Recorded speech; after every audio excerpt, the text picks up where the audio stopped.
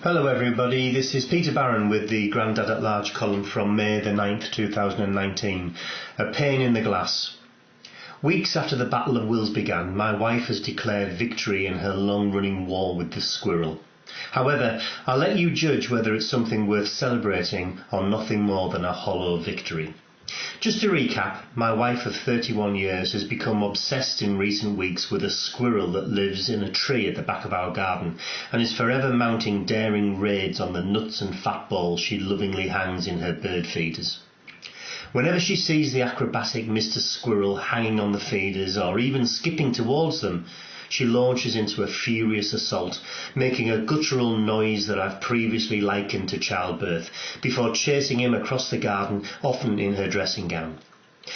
The neighbour's cat, that had previously been regarded as a pest, was even recruited as an ally after she saw it try to pounce on the cheeky little nut thief one morning.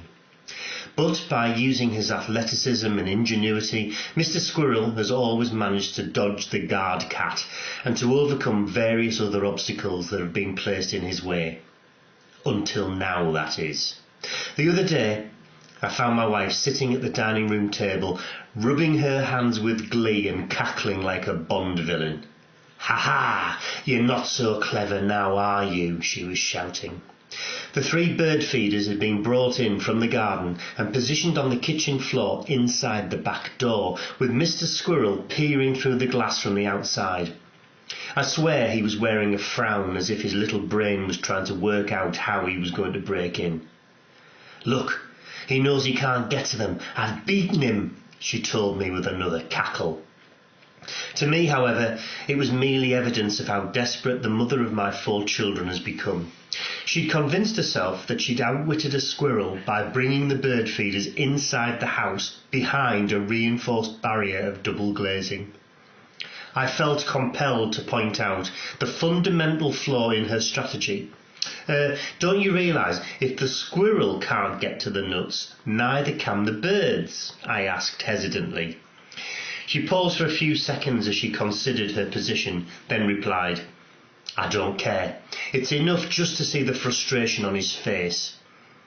Her satisfaction was short-lived, because by the next day the bird feeders were back outside in the garden and hostilities had swiftly resumed. The squirrel is back to mounting his raids, and my wife is back to chasing him round the garden like a woman possessed.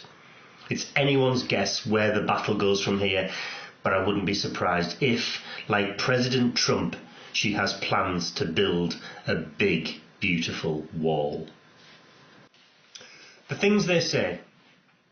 Thank you to former teacher Mary Grimes for having a chat after I'd been guest speaker at an event organised by the Women's Fellowship of Holy Trinity Church in Darlington to raise funds for the local branch of the Multiple Sclerosis Society. Mary remembered the time 2 little boys were getting ready for PE, and one said to the other, "Don't be silly.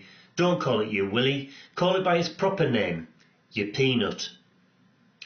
And that brings me neatly to a lovely story passed on by Sarah Walker, who writes the Countryman's Daughter column in the Darlington Stockton Times.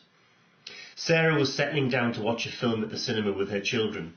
Middle son Jasper, now 20 but a little boy at the time, broke the silence by shouting loudly, "Mummy, can we get some cock porn?"